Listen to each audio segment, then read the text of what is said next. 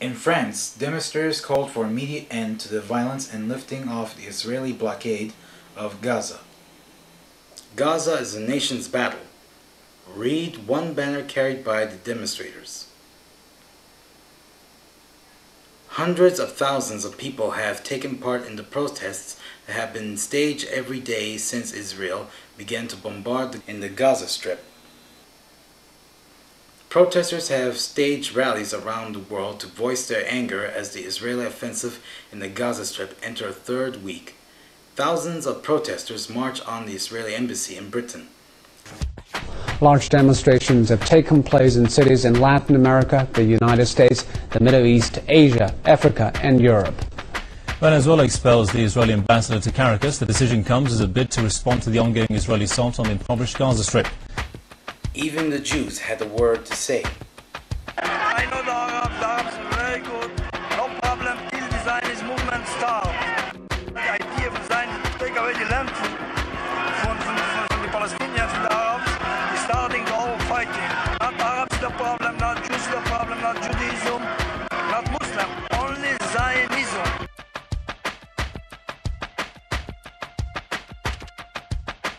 We are against the state of Israel not from today, it's already decades. The Orthodox Jewish leaders from the beginning of Zionism were very strongly opposed and fighting against the philosophy of Zionism, against the state of Israel and against whatever they are doing. Jews are forbidden to create their own state and they are forbidden to fight other people. Expressly forbidden in the Torah because we are in exile by God. So you shouldn't have a state. You shouldn't have a country. You shouldn't have a government. We shouldn't have a state. We should be living amongst all the nations as the Jews were doing for 2,000 years as loyal citizens.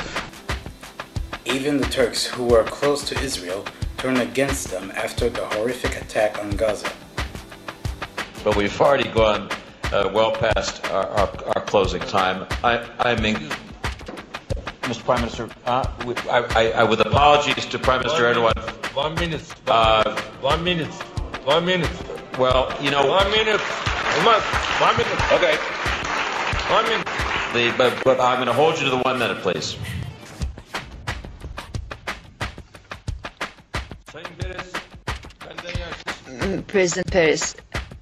President Peres, you are older than I am, and you have a very strong voice. I feel that you perhaps feel a bit guilty, and that's why perhaps you have been so strong in your voice, so loud. Well, you kill people. I remember the children who died on beaches. And I remember two former prime ministers in your country who said that they felt very happy when they were able to enter Palestine on tanks. Now, those are former prime ministers who have said that they have been very satisfied with themselves when they entered Palestinian territories on tanks. And I find it very sad that people applaud what you have said, because there have been many people who have been killed. And I think that it is very wrong, and it's not humanitarian to applaud any actions which have had that kind of a result. I've taken many notes. Unfortunately, there's no time to respond to all of them. But I will just say two things. We can't start the debate again, please. We just don't have time. Excuse me. Sözümü kesmeyin. Please let me finish. Jeez, we really do need to get people to dinner.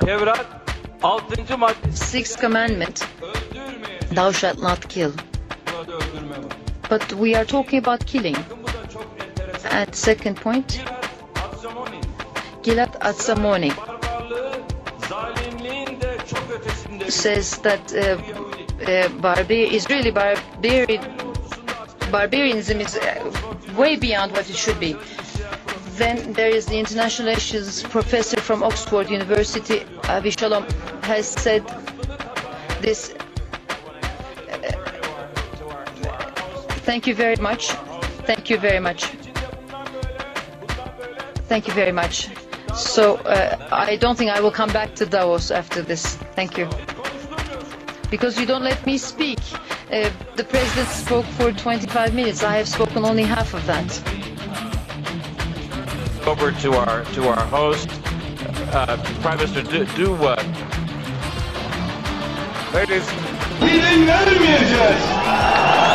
A hero's welcome for Turkey's Prime Minister. Back home from the World Economic Forum of all places.